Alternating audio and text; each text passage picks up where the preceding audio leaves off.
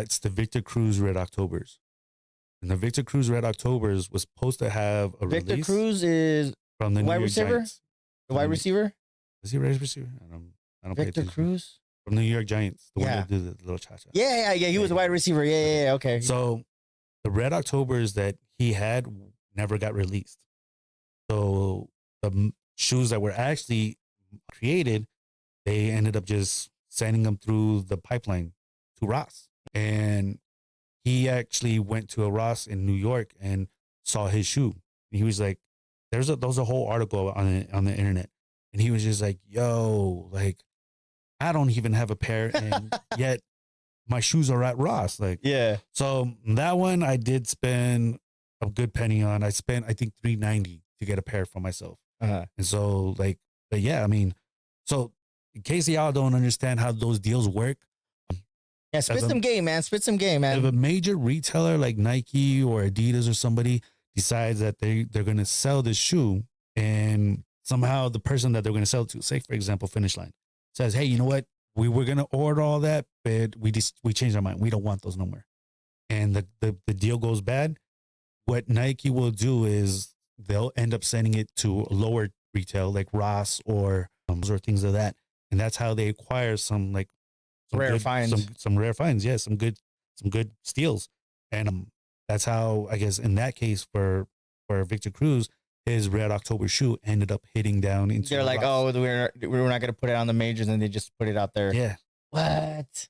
Like, I was like, damn, like I'm glad I got a pair. Right? I mean, I paid a bigger penny. Yeah, exactly. But how rare it is, and because of the story too, because you're like, man, this never came out. Right. And here I am buying them shit, talking about it on the Jimmy Dukes Gaming podcast and shit. Yeah. So since we're talking about, we talk about the fashion and the sneaker game, thing like that. Are there any influencers or collectors that you look up to in the sneaker community? I know you brought up some homies before. Is there any other people that you kind of follow them and been following them, recently or just for the longest time? So yeah, first and foremost, always Joey, man. Like how we both said, he always had, fresh kicks. Even Bono. Mm-hmm. He got a pair. Yes. He got a pair of the Bread 4s because of Joey. Mm-hmm. But yeah, Bono as well, my other best friend, he's always had pairs, and I was just like, damn, like I kind of like those. But outside of that, outside of like my close circles, I listen to the Sneak This podcast a lot. They're always talking shoes. They're always talking about upcoming shoes and things of that. On TikTok, Valley Boy Kicks. He's one that I watch his videos a lot. I like watching his videos.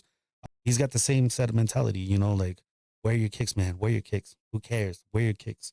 And he's like, he gets crazy with it. Yeah. He'll grab them, he'll crunch them up, he'll throw them in dirt. He's wild, man. Like, but I love that guy. Like, you're like, I'll wear them, but I won't do all that shit. Right? Yeah. A little too extra. But those are the guys that I like looking at because like I said, they have the same like mindset I do. Yeah. Yeah. Then there's this other guy, Asics boy.